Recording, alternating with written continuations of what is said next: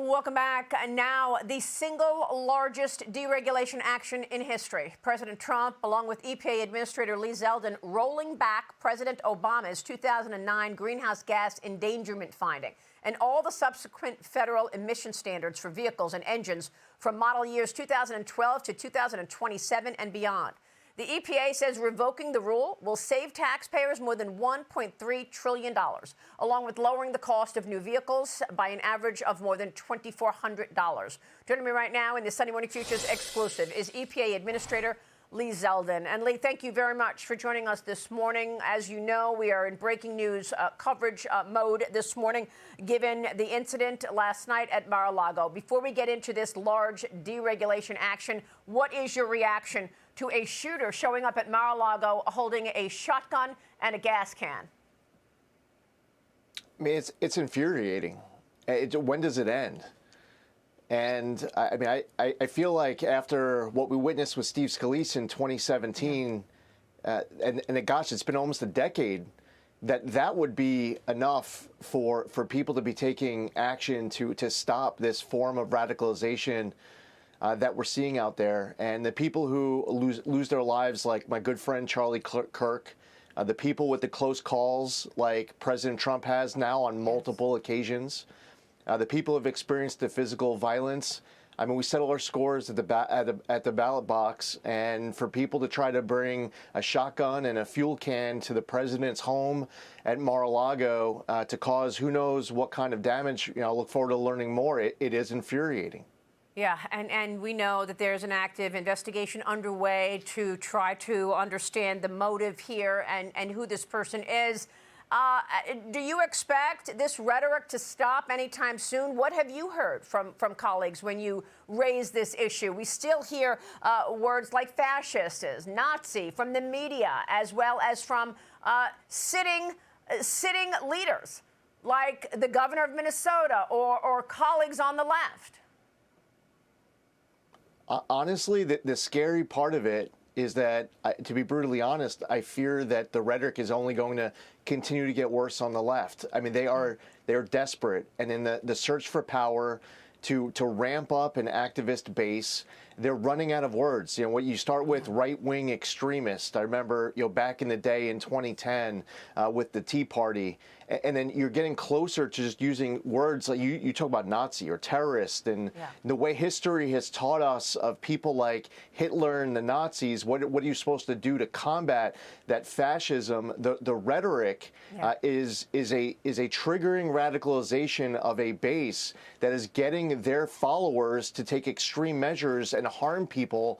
And I think for leaders of the Democratic Party, they're afraid to take it on head on. Instead, they just continue to fuel it, and I fear it's going to get worse. An incredibly dangerous situation that we are all watching unfold.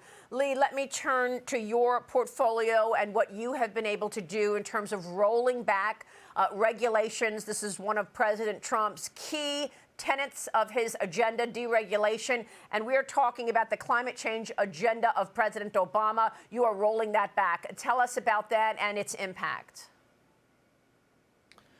President Trump on day one signed an executive order telling me to do all the research, the vetting, provide a recommendation in the first 30 days of his administration on what to do with the 2009 endangerment finding. We provided that recommendation and pressed forward at Trump speed, announcing with President Trump in the Roosevelt Room what is the largest act of deregulation in American history, $1.3 trillion of savings. That means $2,400 per new vehicle, less electric vehicle infrastructure that's needed. It adds up in a very big way for the American economy. What we saw from the Obama and Biden administrations taking the endangerment finding for mobile sources, then stationary sources, oil and gas, airplanes. I mean, they ended up doing what amounted to trillions of dollars of regulation. We're just talking here about the light, medium, and heavy-duty vehicle greenhouse gas emissions that we repealed. It's a big savings, and it's about following the best reading of the law. And the Clean Air Act simply doesn't state that EPA should be doing trillions of dollars of regulation to combat global climate change. That's not even in Section 202 of the Clean Air Act. So we're respecting Supreme Court precedent, we're following the law, and we're delivering on that Trump mandate that the American public probably voted for.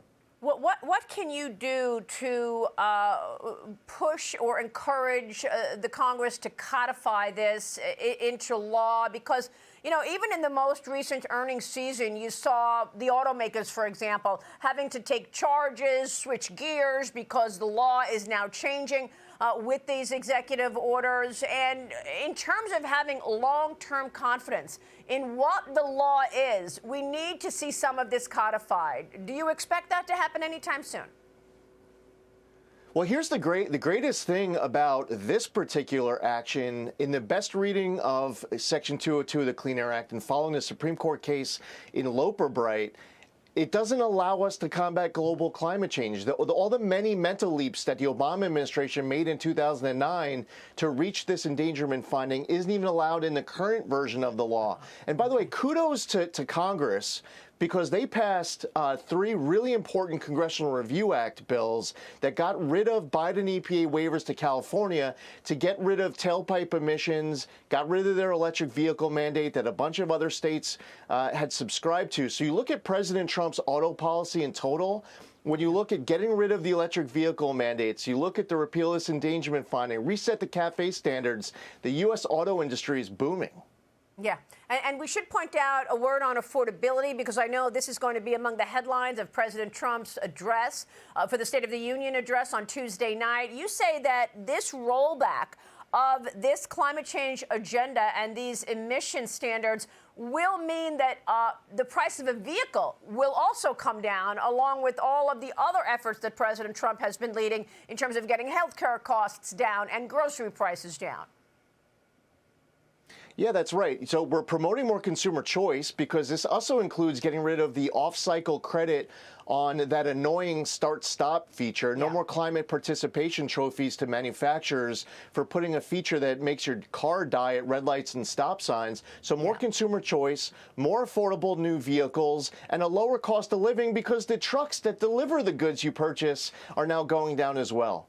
All right, we will be watching the impact far and wide. Lee, thank you very much. EPA Administrator Lee Zeldin. We'll be back with Florida Congressman Brian Mast. We are taking a look at Iran in the middle of all of this. Stay with us.